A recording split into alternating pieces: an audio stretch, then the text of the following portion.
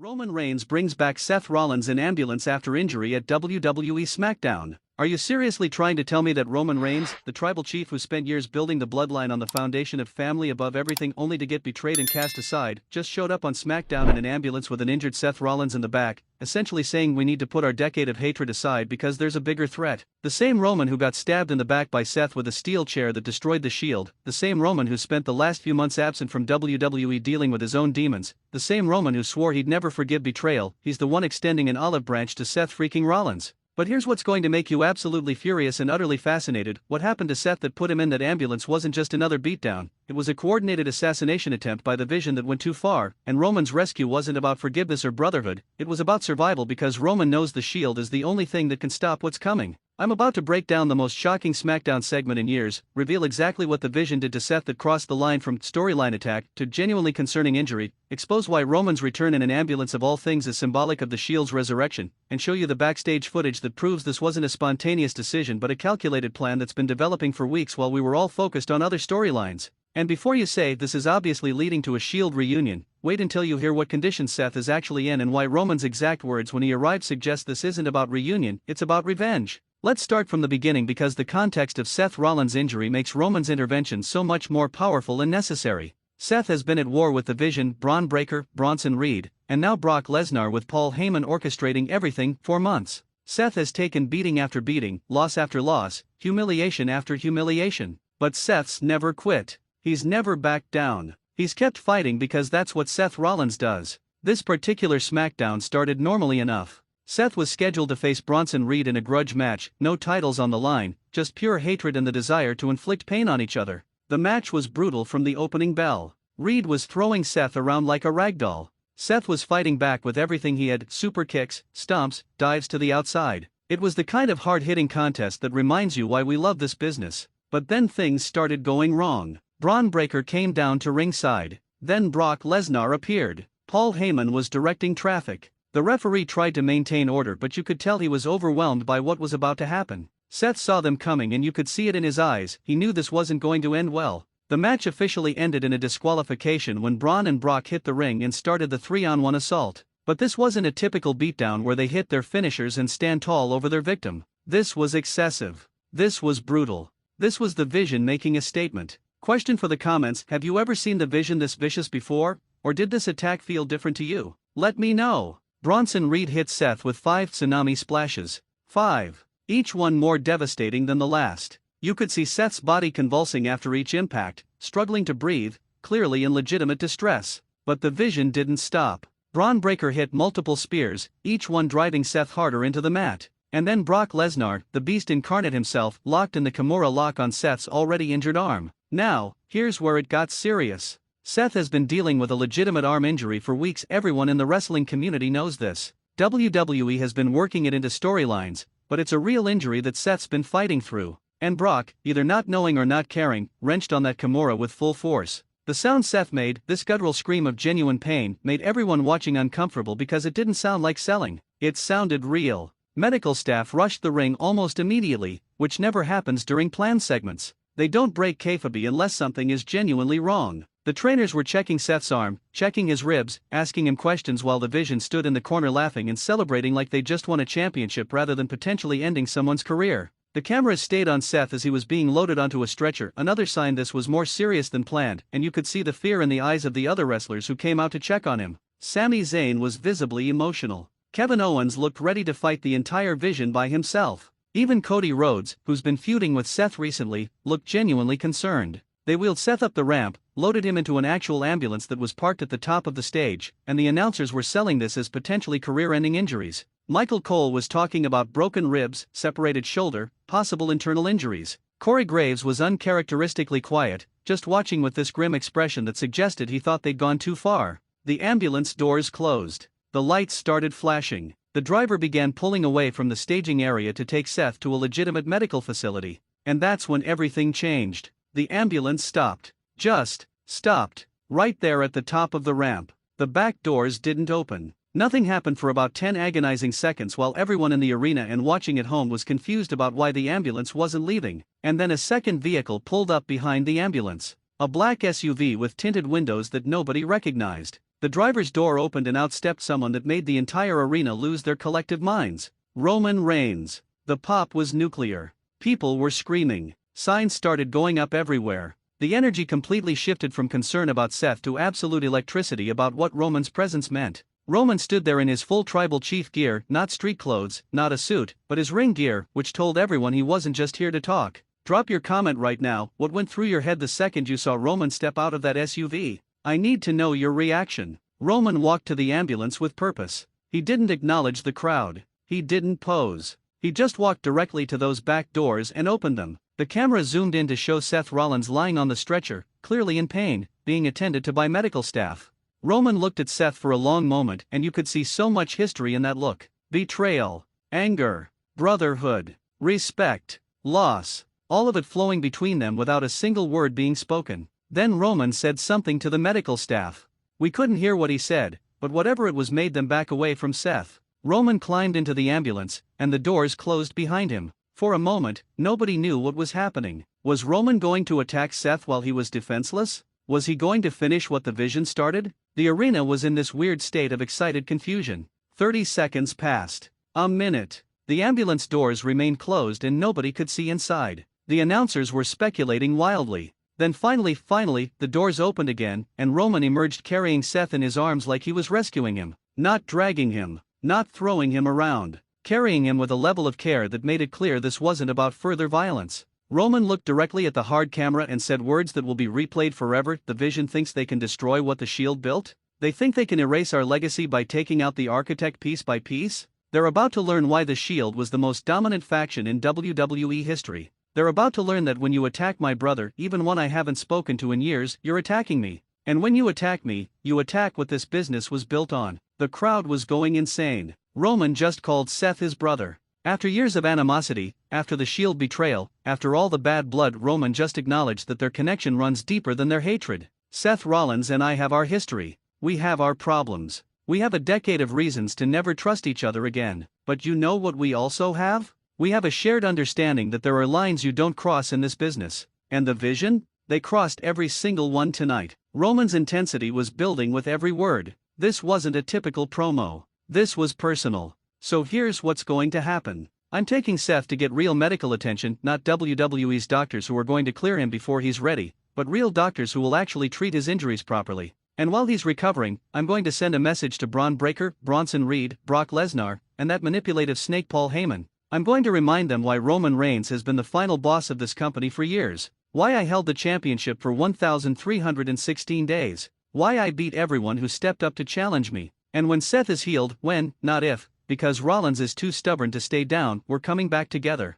Not as the Shield. Not as some nostalgic reunion for the fans. But as two men who built this business into what it is today, who refused to let a group of pretenders destroy everything we created. Roman lifted Seth higher, almost defiantly, showing the camera his injured former brother. The Vision wanted to make an example of Seth Rollins? Congratulations. You just unified the two most dangerous wrestlers in WWE history against you. You didn't end Seth's career. You began your own destruction. The tribal chief has spoken. And judgment is coming. Roman carried Seth back to his SUV, carefully loaded him into the back seat with help from medical staff, and drove away from the arena while the crowd chanted Shield. Shield. Shield. And the Vision watched from backstage monitors with expressions that ranged from shock to concern to anticipation. What's your honest opinion? Is Roman making a mistake by helping Seth, or is this the smartest move he could make? Drop your take below. The immediate aftermath was chaos. Social media exploded with speculation about what this means. Roman and Seth was trending worldwide within minutes.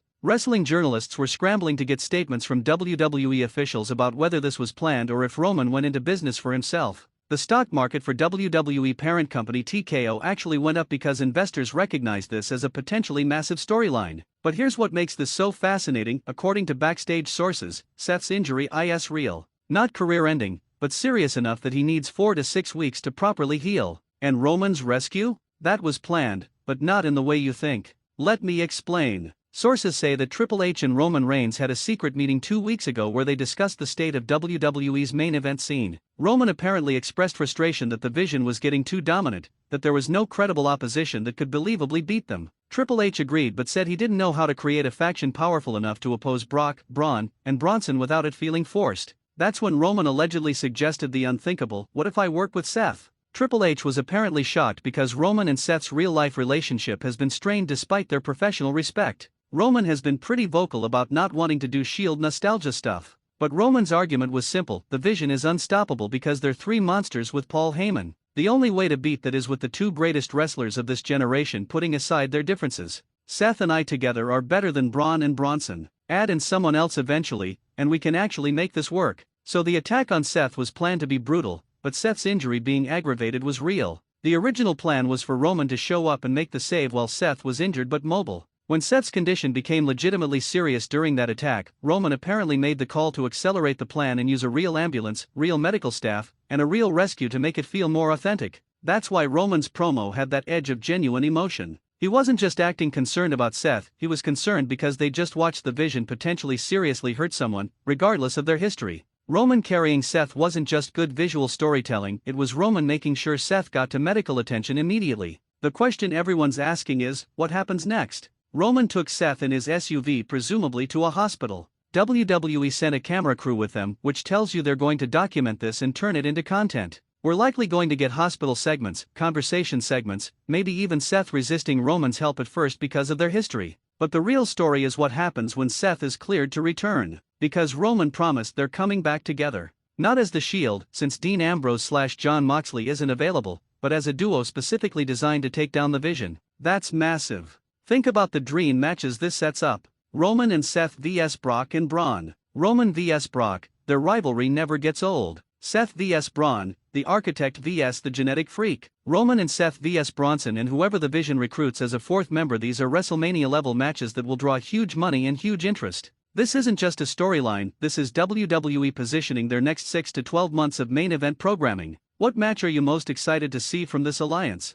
Roman vs Brock? Seth vs Braun? Something else? Tell me. The symbolism of the ambulance is also brilliant. The last time Seth Rollins was in an ambulance in storyline, it was after he betrayed the Shield back in 2014. Roman and Dean beat him down so badly he needed medical attention. So having Roman now be the one who uses an ambulance to save Seth is this beautiful poetic bookend to their relationship. It's Roman essentially saying, "I remember what you did to us, but I'm choosing to be better than that moment." Paul Heyman's response to Roman's intervention came later in the show when the Vision gathered in the ring. Heyman's promo was masterful as always. Roman Reigns thinks he can just waltz back into WWE after weeks of absence and declare himself the savior of Seth Rollins? Roman thinks he can unite with the man who destroyed the Shield and somehow that makes them formidable opposition to the Vision? Let me explain something to the tribal chief. The Shield was dominant in 2013. This is 2025. The business has evolved. The Vision represents evolution. You represent nostalgia. And Seth Rollins? Poor, broken, pathetic Seth Rollins who needed Roman Reigns to rescue him like a damsel in distress? That's your big weapon against Brock Lesnar? That's your answer to Braun Breaker and Bronson Reed? An injured has-been who couldn't survive 5 minutes against the Vision? Roman, you made a critical mistake tonight. You showed us that you care about Seth. You showed us a weakness. And weaknesses get exploited. So here's what's going to happen. While you're playing nurse to Seth Rollins, while you're helping him heal and training him and preparing your little comeback, the Vision is going to be getting stronger. We're going to be dominating everyone. And by the time you two are ready to face us, we'll be so far above you that your reunion won't matter. The Shield was special because of the number.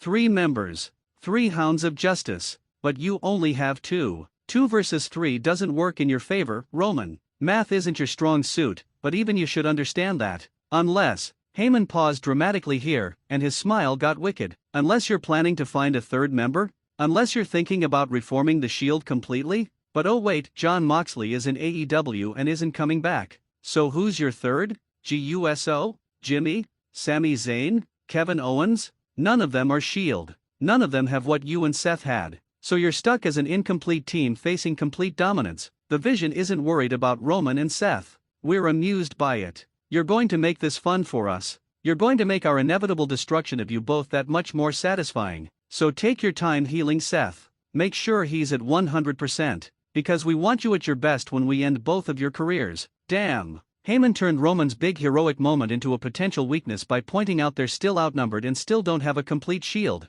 That's genius heel work that keeps the Vision looking strong while acknowledging the threat of Roman and Seth. Do you think Roman and Seth need a third member, or can they handle the Vision as a duo? Give me your strategic analysis. The online wrestling community has been divided about this development team. This is awesome. Fans who love the idea of Roman and Seth working together, who think this creates dream matches, who appreciate the long-term storytelling of the Shield members having to unite despite their issues. Team, this is lazy booking. Fans who think WWE is just going back to the Shield well again because they're out of ideas, who wanted Roman to stay away longer, who don't want to see Seth be saved by Roman like he can't handle things himself. Team wait and see. Fans who acknowledge this could be great or terrible depending on execution, who want to see where it goes before making judgments. I'm personally in the "this is awesome" camp because here's the thing, the vision is too strong for any single wrestler to beat. They needed something to balance the scales, and Roman plus Seth is one of the few combinations that feels believable as a threat to three monsters plus Heyman. This isn't lazy, it's necessary for the storyline to work. The business side of this is also smart.